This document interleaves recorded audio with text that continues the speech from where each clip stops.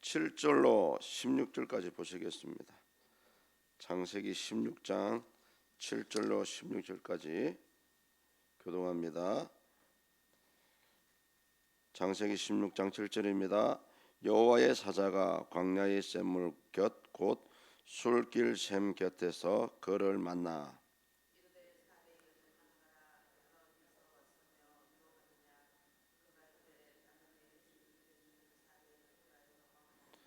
여호와의 사자가 그에게 이르되 내 여주인에게로 돌아가서 그 수하에 복종하라.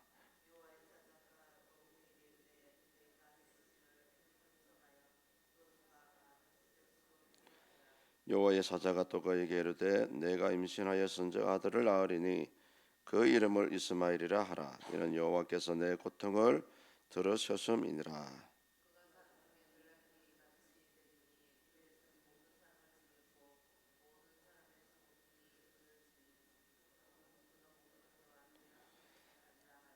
하갈이 자기에게 이르신 여호와의 이름을 나를 살피시는 하나님이라 하였으니 이는 내가 어떻게 여기서 나를 살피시는 하나님을 비었는고 함이라.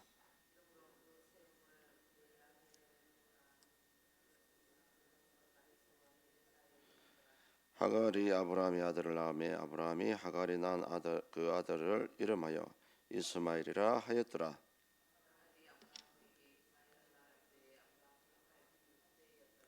아멘. 예. 어제에 이어서 하갈이 임신함으로 해서 여주인 사라를 무시하는 그런 행동을 했습니다. 하갈이 잘못을 했죠. 그래서 이제 그 여주인이 이제 핍박을 주니까 이제 여주인을 피해서 이제 사막으로 아마 애굽 쪽으로 돌아가려는 그런 방향으로 이제 나간 것 같습니다. 본문을 보시면은 어떻게 보면 하갈은 애굽 여자입니다. 이방 여자입니다. 또 이스마엘은 아들을 임신을 했지만은 약속의 자녀가 아니었습니다. 그런데도 하나님은 이 여호와의 사자를 보내서 하갈을 만나 주시는 그런 장면이 나오죠. 신학적으로 이 여호와의 사자가 누구인지에 대한 논란거리가 지금도 일어나고 있습니다. 보통은 우리가 천사라고 생각을 할 수도 있지만은 여호와의 사자라고 하면은 오늘 이 이스마엘도 어떻게 보면은 하나님의 이 구속사의 과정 가운데 있는 인물입니다. 그러다 보니까 우리 신학자들은 이 여호와의 사자가 성자 예수님이다라고 생각을 하고 있습니다. 왜냐하면은 모든 계획을 하나님께서 하셨지만은 인간의 구속사와 관계된 부분은 성자 예수님이 하시는 사역이거든요. 그래서 비록 이 구약에서는 예수님이라는 정체를 밝히지 않습니다. 그래서 여호와의 사자라고 이렇게 표기하는 것을 봤을 때 예수님께서 직접 하갈을 만났다라고 생각을 하기도 합니다. 이렇게 이해하셔도 되고 그냥 천사라고 생각을 하셔도 됩니다. 근데 이제 중요한 것은 뭐냐면은 이 여호와의 천사가 하갈을 만나서 이제 축복을 하는 또 예언을 주는 그런 내용들입니다. 가장 먼저 번성을 약속하고 있습니다. 10절을 보십시오. 여호와의 사자가 또 그에게 이르되 내가 네 씨를 크게 번성하여 그 수가 많아 셀 수 없게 하리라. 예.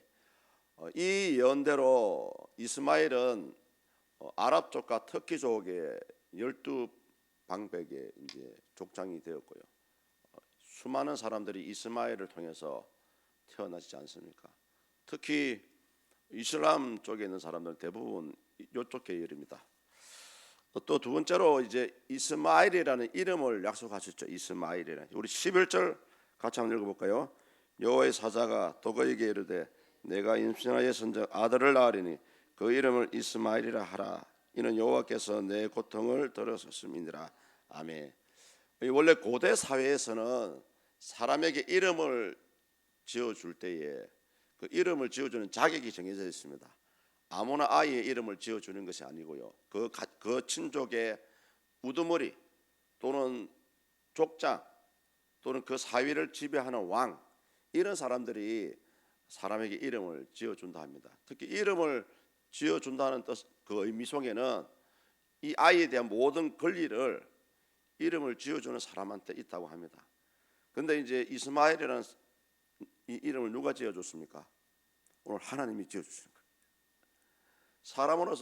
사람으로서 태어나기 전에 가장 먼저 하나님으로부터 이름을 받은 사람은 이 이스마엘이 처음입니다. 이제 그러면서 이제 본문 12절을 보시면 이스마엘이 어떠한 모습으로 살아갈 것인지 얘기하고 있죠. 예언합니다. 들나귀와 같은 삶을 살 것이라고 예언합니다. 제가 한번 읽어보겠습니다. 그가 사람 중에 들나귀같이 되리니 그의 손이 모든 사람을 치겠고 모든 사람이 손이 그를 칠지며 그가 모든 형제와 대항해서 살리라 하니라. 이 들나귀라는 의미는 다른 어떤 법이나 어떤 영역에 구애받지 않고 자유롭게 살아가는 사람을 들나귀라고 합니다. 이 예언대로 지금 이 예언의 시기가 4,000년이 지났지만 지금도 이스마엘의 후예들은 유목하고 세상을 떠돌아다니고 이런 삶을 살아가는 사람들이 많습니다. 오늘 이 중요한 이 사례를 피해서 도망간 이 하갈의 모습을 통해서 여호와의 사자가 오늘을 살아가는 저와 여러분에게도 가장 중요한 어떤 메시지를 던지는 부분이 있습니다. 오늘 새벽에 이 말씀을 붙들어야 됩니다. 우리 본문 9절이거든요. 9절 다 같이 읽겠습니다. 여호와의 사자가 그에게 이르되 내 여주인에게로 돌아가서 그 수하에 복종하라. 예. 하갈은 여주인 사라의 핍박을 피해서 도망 나왔는데 오히려 여호와의 사자는 다시 그 수하에 들어가서 복종하라는 상당히 어려운 주문을 요구하고 있습니다. 근데 여러분 이게 여기서 말하는 이 여호와의 이 수하에 복종하라는 이 의미 속에는 우리가 깊이 한번 생각해 봐야 됩니다. 사라는 주인을 피해서 도망감으로 일종의 단절이라 그러거든요. 서로의 관계를 끊어버림으로써 이 관계를 청산하려고 했습니다. 그런데 여호와의 사자는 다시 그 수하로 들어가서 복종하라는 그런 명령을 하고 있습니다. 이것은 뭐냐 하면은 단절이 아니라 다시금 하갈이 있어야 될 자리가 그것이고요. 또 그 안에서 새로운 관계를 만들어 가야 된다는 것을 우리에게 말씀하고 있습니다. 잘 보십시오. 이 새로운 관계라는 것은 뭐냐 하면은 비록 하갈과 사라의 관계가 안 좋지만은 다시금 그 인간 대 인간으로서 사람 대 사람으로서 용서를 구하고 또 잘못을 시인하고 화해하는 것이 바로 새로운 관계를 만들어가는 것입니다. 또 보십시오. 사람과 교회 공동체도 마찬가지입니다. 대부분 많은 사람들이 이 사람과 교회 공동체의 관계를 좀 막연하게 생각하시는데요. 이 안에는 하나님께서 만들어 놓으신 질서가 있습니다. 그래서 사람과 교회 공동체의 관계를 회복하는 길은 다시금 그 질서에 순응하는 것입니다. 그래서 이 부분을 여러분 어떻게 이해하시면 되냐면은 이 자연 현상에 나와 있어요. 물이 위에서 어디로 흘러갑니까? 아래로 내려가죠. 맞아요. 물은 반드시 위에서 아래로 흘러가게 되어 있습니다. 그렇다면은 성도님 한번 고민해 보십시오. 내가 힘이 세다고 생각하시는 분, 내가 능력이 있다는 생각하시는 분, 또는 내가 나이가 많다고 생각하시는 분, 또는 교회 공동체 안에서 그런 내가 낸데라고 생각하시는 분들, 또는 중직자라고 생각하시는 분들이 먼저 위에서 아래로 약한 자에게 손을 내밀어 주셔야 됩니다. 성경에 나와 있지 않지만은 사랑은 내리사랑입니다. 약한 자가 강한 자에게 먼저 손을 내밀 수가 없어요. 가진 자가 없는 자에게 베푸는 거지요. 아무리 약한 자가 높은 자를 존경을 할 수가 있습니다. 그렇지만 사랑은 베푸는 것은 항상 위에서 아래입니다. 오늘 이 여호와의 사자가 하갈에게 그 소에 복종하라는 것은 하나님께서 만들어 놓으시는 질서, 그 질서에 순종하라는 그런 말씀이거든요. 여러분의 가정 안에도 질서가 있지 않습니까? 가장이 있고 아내가 있고 자녀가 있고, 만약에 자녀가 아버지 내려오세요, 제가 할게요 하면은 어찌 됩니까? 이 질서가 무너지는 겁니다, 성도님들. 그래서 특히 우리 사회도 마찬가지입니다. 직장도 마찬가지고요, 사업장도 마찬가지고, 거기에 정해놓은 질서에 따라서 순응하고 거기에 복종합니다. 특히 우리 회사 같은 경우는 조직 사회이지 않습니까? 밑에 부하 직원이 상사를 취급받으면은 그 질서는, 그 조직은 완전히 와해돼 버립니다. 그래서 우리 교회 안에도 성도님들, 이 하나님 정해놓으신 질서가 있거든요. 그 질서에 순응하시는 것이 가장 하나님이 원하시는 부분입니다.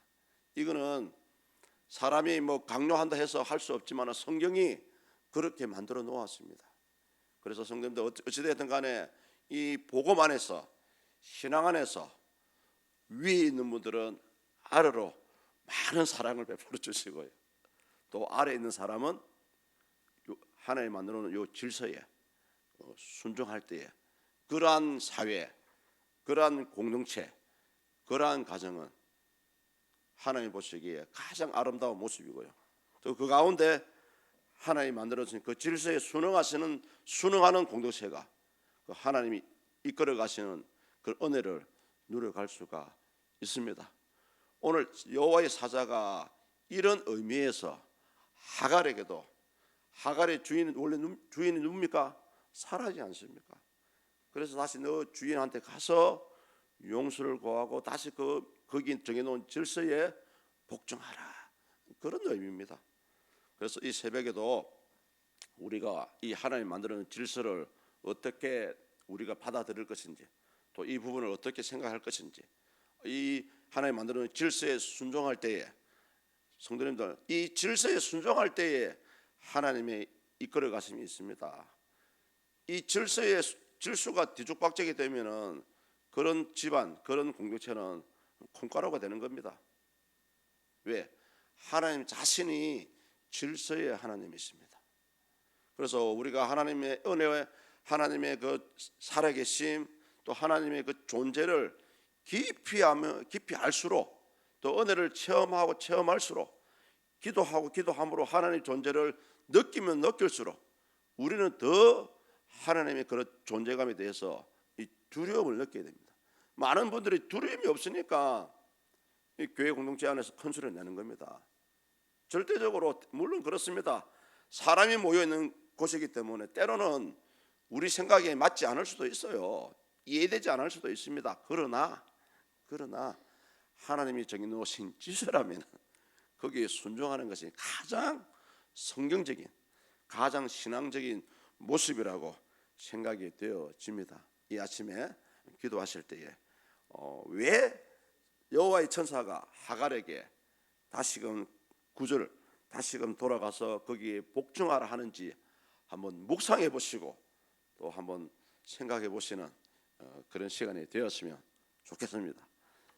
기도합니다. 하나님, 오늘 여조인 사라의 핍박을 통해서 도망간 하갈에게 여호와의 천사가 나타나셔서 복을 주시고 또 아이의 장래에 대해서 예언하시는 그런 부분입니다. 그래서 그 가운데 가장 중요한 부분 9절입니다. 이르되 여호와의 사자가 그에게 이르되 내 여주인에게로 돌아가서 그 소하에 복종하라.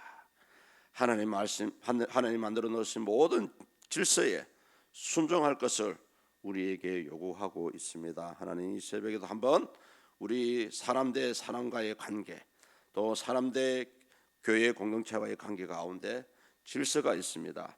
이 질서에 순응하며 이 질서를 세워갈 수 있는 우리 믿음의 삶이 될 수 있도록 주님 축복하여 주시옵소서. 또 우리 서문교회가 주님 열심히 힘을 내어서 릴레이 기도회를 하고 있습니다. 하나님, 순종하는 자에게 복을 주시고 순종하는 자에게 귀하신 은혜를 내려주시기를 소망합니다. 또 우리 김용수 목사님, 하나님 어려운 시기를 겪고 있습니다. 은혜 가운데 이 위기를 넘겨갈 수 있도록 긍휼을 베풀어 주시고 회복의恩寵을 내려 주시옵소서. 또 우리 서문교회가 새로운 담임 목사님을 기대하고 구하고 있습니다. 하나님께서 예비하신 인격적인 자, 이 서문교에 꼭 필요한 자를 보내주시옵소서. 부정한 종을 붙잡아 주셔서 이 귀한 대행의 역할 기간 동안에 힘과 능력을 주시고 말씀의 권세를 더해 주셔서 우리 양떼들에게 신령한 꼴을 먹일 수 있는 그런 시간이 될 수 있도록 역사하여 주시옵소서.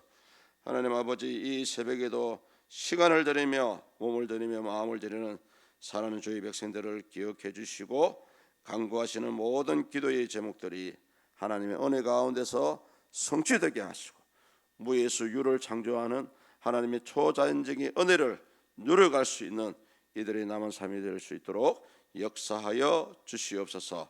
예수 그리스도 이름으로 기도드립니다. 아멘.